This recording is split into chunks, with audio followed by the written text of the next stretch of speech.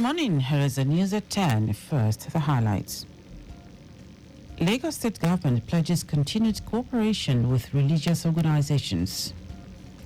Senate urges federal government to adopt food stamp to mitigate economic hardship.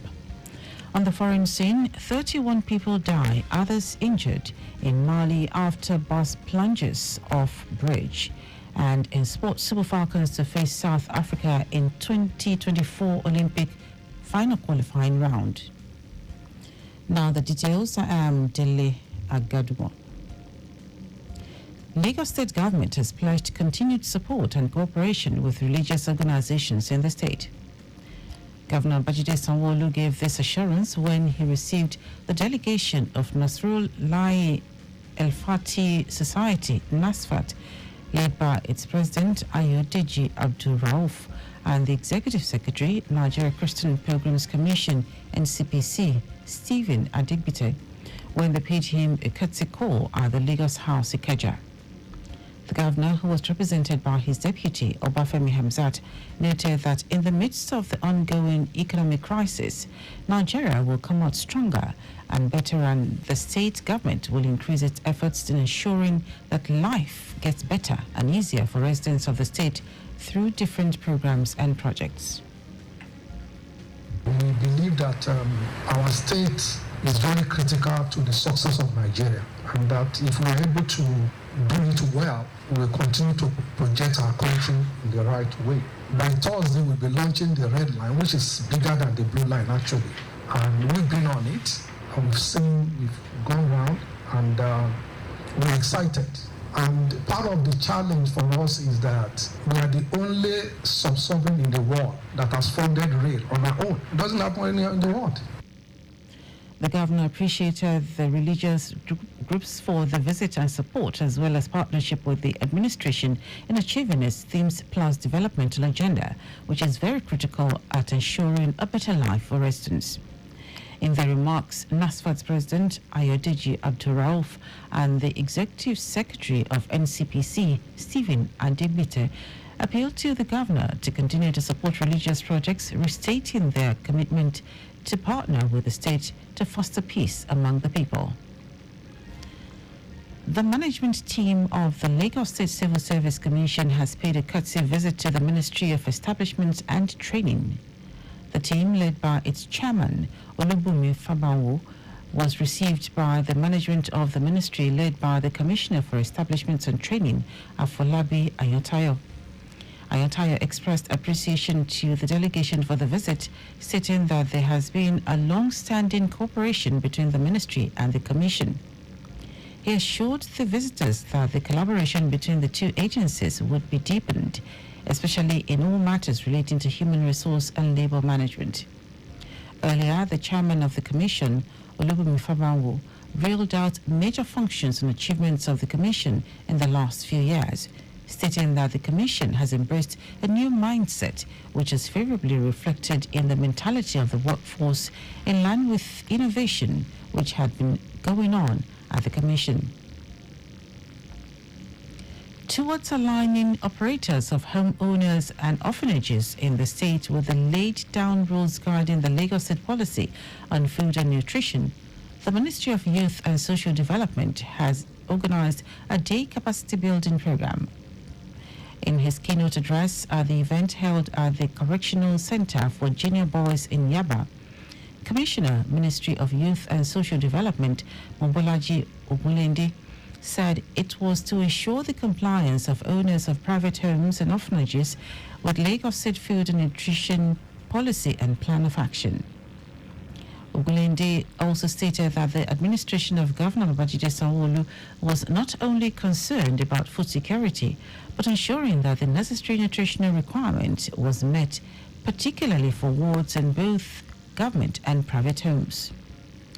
Permanent Secretary in the Ministry, Toyin Oke Osointolu, stressed the need for the participants to learn, unlearn, and relearn in line with evolving realities in their sector, where it is compulsory for nutrition to be made topmost priority. Oke Osointolu said the ministry would continue to place premium on capacity building for owners of private homes and orphanages in order for the children under their watch receive the best care. The Nigeria Labour Congress NLC said the two-day protest by members of the union is about hunger and not just a clamour for a review of the minimum wage.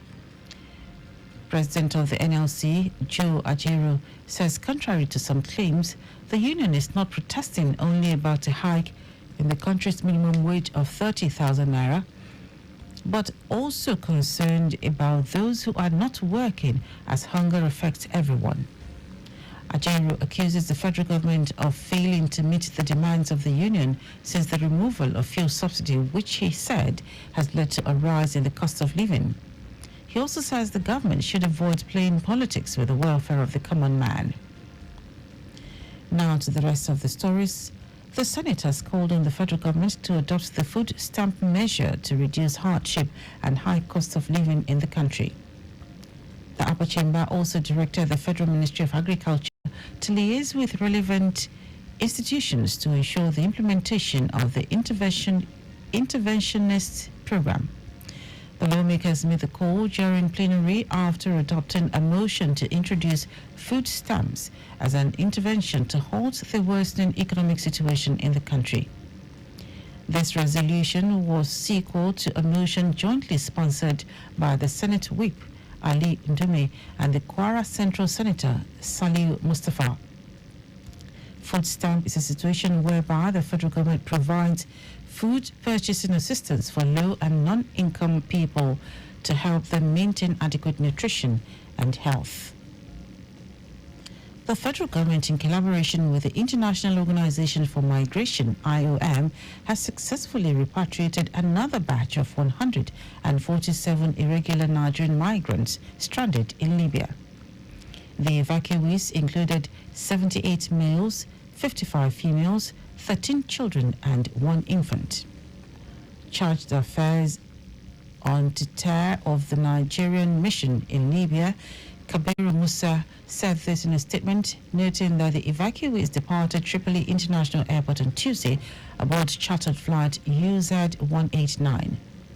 Musa pledged to continue evacuating stranded Nigerians who have expressed willingness to return to Nigeria under the IOM's voluntary humanitarian repatriation program, in line with the renewed hope agenda of the present administration to ensure all citizens have a better life.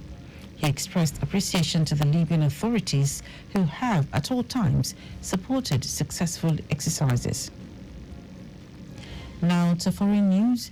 31 people have been killed in Mali and 10 others wounded when a bus traveling toward Burkina Faso fell off a bridge in the country's southeast.